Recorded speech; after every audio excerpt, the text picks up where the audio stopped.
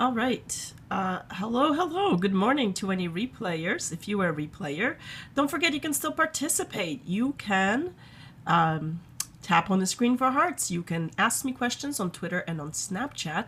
And of course, you can follow and share. So, good morning, and thanks everybody for joining. Oh, crazy here. So, as you know, I always scope at the morning, and it's always pre or post workout. So, it is obviously a bit of a mess, but we are here every day at 10 a.m. So welcome. If you are new to me, my name is Joannazarach, and I scope every single day, 7 days a week, about money habits. And what does that mean, and what is it all about? So I've had, over time, over the years, the last 20 years, I've been managing my own money.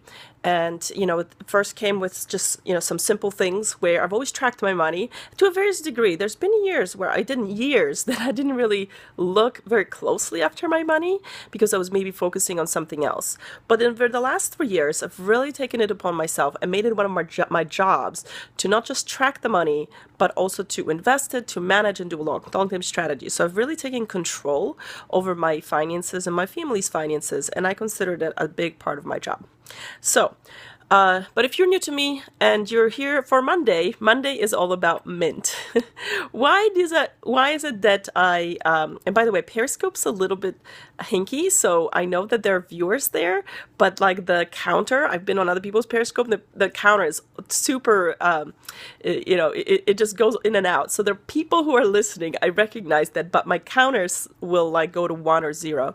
And I think that can be disconcerting to some broadcasters. So if you're also a broadcaster, keep that in mind.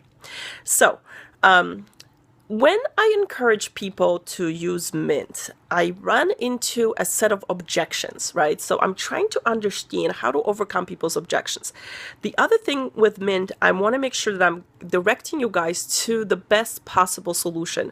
So over the weekend, someone else posted in a different group a survey that they did of like personal finance gurus, like 30 people who are well-established bloggers, and asked them, what tools do you rely on? And the number one thing was Mint. So I am more encouraged and more confident that Mint is really the tool that we can all use. And again, you may find a different tool for other purposes, but for what I think that everybody needs to do when it comes to Mint, and when it comes to tracking money, Mint's an excellent tool. One, it's free. Two, is owned by Intuit, which is a personal finance software company that's not going out of business anytime soon. They make Quicken, QuickBooks, and also TurboTax. So I also feel like I can rely on them to continue it, because I don't know if you've ever used a tool that seemed like really interesting and innovative, and then they got bought by someone else and they shut it down. Those lessons I learned early and often on the internet. And so I'm always looking to invest my time and rely on something long term that I don't think is going away. That's why I'm a big proponent of Mint. Okay. The other thing, I think when people first sign up for Mint, they really don't know how to use it, and they don't even know what the purpose is. There are two main reasons for Mint. One is to get all your financial accounts in one place. So for me, the two big things that I get out of Mint is my net worth and how it changes over time. And what net worth is your total combined assets and liabilities in one place. And the 5 areas in Mint are cash. So those are all your checkings and savings accounts, including your emergency savings. So anything that's super liquid is in the cash section. Credit cards, this is important. As you know, the goal should be to never pay credit card interest. That is the biggest deterrent for you to actually build wealth. I don't think people realize it. They're not hearing it enough. They think credit card debt is normal, and that paying 20% interest is somehow in your, like, 20%, that's if you're lucky. I know some people who are paying 30% interest on your credit cards. And as an investor, I would say if I could get that action somewhere, 20% return, I would take it in a heartbeat. So your best investment when you have a credit card debt is to pay that off and get in a mindset that it is just a tool. It is not money that you can use when you're having emergencies. So credit cards section allows you to show, if you do have credit card debt, what it is you need to get down to, and kind of keep a mental track. Are you making progress? Loan section is where you get all your long-term liabilities, right, with your student loans, mortgages, any other loans. Investments, again, the section isn't much help aside from only like getting the net worth, like getting your balances in your accounts, and then property, obviously any other assets you have, and any financial accounts that won't link. The number one thing you have to do is have to put every single finance related account in Mint. No exceptions. If your bank doesn't link, if your institution, or some financial institutions may not link, you need to put it manually in the property section. That we've gone over there before, and we will go over there again. When I look today over the bar across the across that, and I'll let's see if I so let's see, I looked at the overview, transactions, budgets, goals, trends, investments, and way to save. That's the bar that goes across it.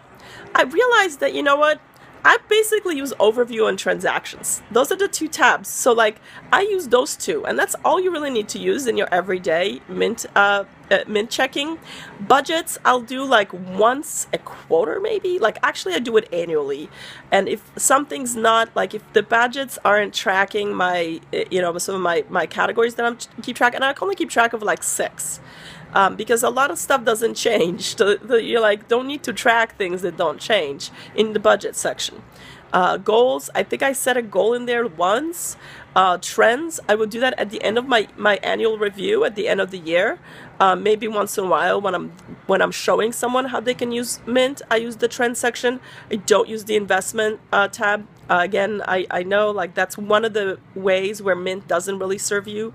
And then ways to save, I don't know, I've never actually clicked on it. So I think that like trying to figure out like what is the simple way of using Mint is really the way to go. So one is make sure all your accounts, when you're first setting up, take the time. It may take a month or 2 for you to actually figure out like how to make all the feeds work, and then make sure all your accounts are feeding. There's some playing around with it. Then get in the habit of just getting your transactions. The next thing that I think happens is people get overwhelmed with the categories. If you have never tracked your spending in your entire life, trying to track it at the level that I do it is probably too much. So simplify. Like think of the major life categories. Like you don't need to worry about like, was this fast food or alcohol in bars, or, you know, whatever the food and dining out categories. Like literally, if all you can do is mark every single transaction as food that's food related, like think of the things of like housing. Like, is it household expense? Is it a food expense? If you have children, is it a child expense? That's the level at which you need to really worry about when you first start. Don't worry about getting it perfect, and don't be like, well, if I'm not keeping track of, if you've never tracked anything in your life, to start at the level of like the ninja level is not going to be realistic.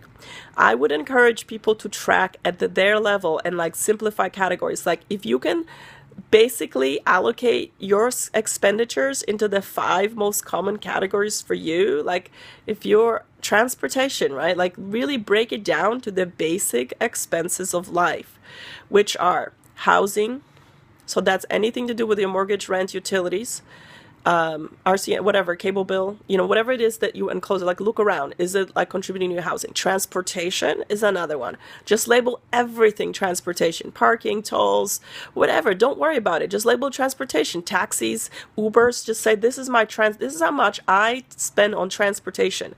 Again, food. Like get a food category. And then if you have children are extremely expensive. And then start doing other, like, the thing is that it's okay to label things other. Once you label so many things other or miscellaneous, start asking yourself, what's in my other category, and then start distilling it the next month, right? So every month, if you advance a little bit over Mint, it's fine.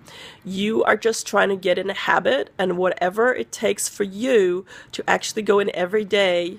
And I do recommend every day. Why? Because every day it only takes like 2 minutes, 5 at most. But if you try to analyze your transactions at the end of the week, even, you're gonna have hundreds of transactions, and most of them you don't know where it came from. Like you don't know what they are, because a lot of the because it's easier to do 5 than to do 50. trust me, this part of this human behavior too, right? It's the complexity of things. Like if you would never have to go to the next screen if you're just doing it every day. So that's really my message on Mint today, is realizing that you need to keep it simple when you first start. Like, don't ninja it.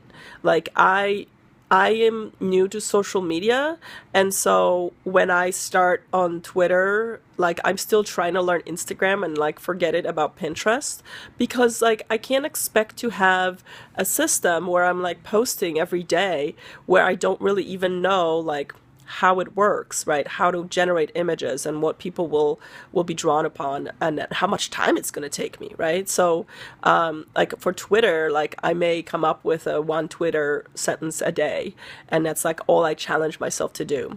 So that's the same thing. Like think about all the skills that you've learned and how much time it's taken you to master, but don't avoid your money tracking just because you feel like you're not doing it right. Doing it right is just like doing it at all is better than, like, what done is better than perfect, right? Like Facebook talks about it. Like, make sure you're doing it. So again, the challenge would be, it's February, right? So people, like, hopefully you haven't fallen off your New Year's resolution or whatever you wanted to do with your finances, is that make sure, like, if you're missing some financial accounts, figure out how to get it in the picture, right? Get it in the Mint picture.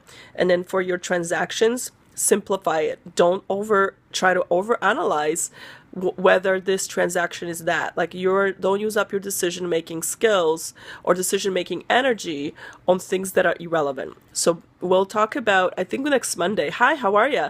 Next Monday, what I'll do is I'll set like the 5 categories that I think everybody needs to keep, and then grow from that, right? So if you try to categorize at the level Mint has it, and by the way, their categories, like, I wish they would redo their categories, and it's really, really hard. By the way, you can add your own categories, especially if you're like, this will make sense to me because I have some unique spending. Like for my business, I don't categorize my business spending in Mint. I do that like on my expense reports, but I mark every single business transaction one thing. It's like my Glean consulting. Like I just put a Glean expense, like business expense, and I've actually marked it so that I know that I've classified as a business expense. So I'm actually going to go through that next Monday. We're going to go through Mint, like the basic Mint categories that everyone should have. But the fewer categories you have, the fewer decisions you need to make. And so that's what I would encourage you to do. But it's super, super important. And again, reading the personal finance bloggers and saying they all use Mint as their number one, like majority of people see Mint as a place to go. And for those reasons, so again, if you missed at the beginning, the reason to use Mint is because it's free. It's backed by Intuit. That's not going away. It's been used by many people who do personal finance. And reason I talk about it because I'm most expert at it, and I've been using it for now 6 years. And I think it does add value to getting your money snapshot, where you get your net worth and your transactions, where you can establish like money coming out, because most people actually know money coming in. I'm surprised. Like I'm pleasantly surprised that most people are like really on top of how much money is coming into the bank and when, but then they just like lose it when it comes to money leaving their bank account. So thank you for joining. And we're here every day on Money Habits to help you develop better money habits. Monday, I talk about Mint. Tuesday, I give you a financial task to do. Wednesday, I actually go through the example for myself, like how do I do it, like the walk, basically. Thursday, I talk about, I sort of rage about some financial, something related to finance. Friday, we talk about fees. Saturday, about successes. And Sunday, about savoring what it is that you're working towards. And if you, so Mint actually talks about small money. Like when I talk about Mint, that's the small money, the tracking, making sure money's not leaving you. And if you, again, if you're new to me, the 5 big money topics that you really need to pay attention to in order to create wealth are income, taxation, investments, big purchases, and risk management. Thank you for joining today. I really appreciate it. If you do have any questions on Mint or any questions about personal finance, you can ask me here on Periscope. If you don't want to ask, hi, how are you? If you don't want to ask here, the reason you can ask here is because everybody would benefit from your questions. But you can also ask me on Twitter, or you can ask me in a Snapchat. find me at joannazarach, send me a snap. I will respond to it and answer your questions that you may have. The most important thing about managing money is getting started. And so I hope that you guys will get started. Have a great Monday. Happy President's Day for those in the U.S. I hope you have a day off and doing something fun. If not, keep hustling. See you guys. Bye.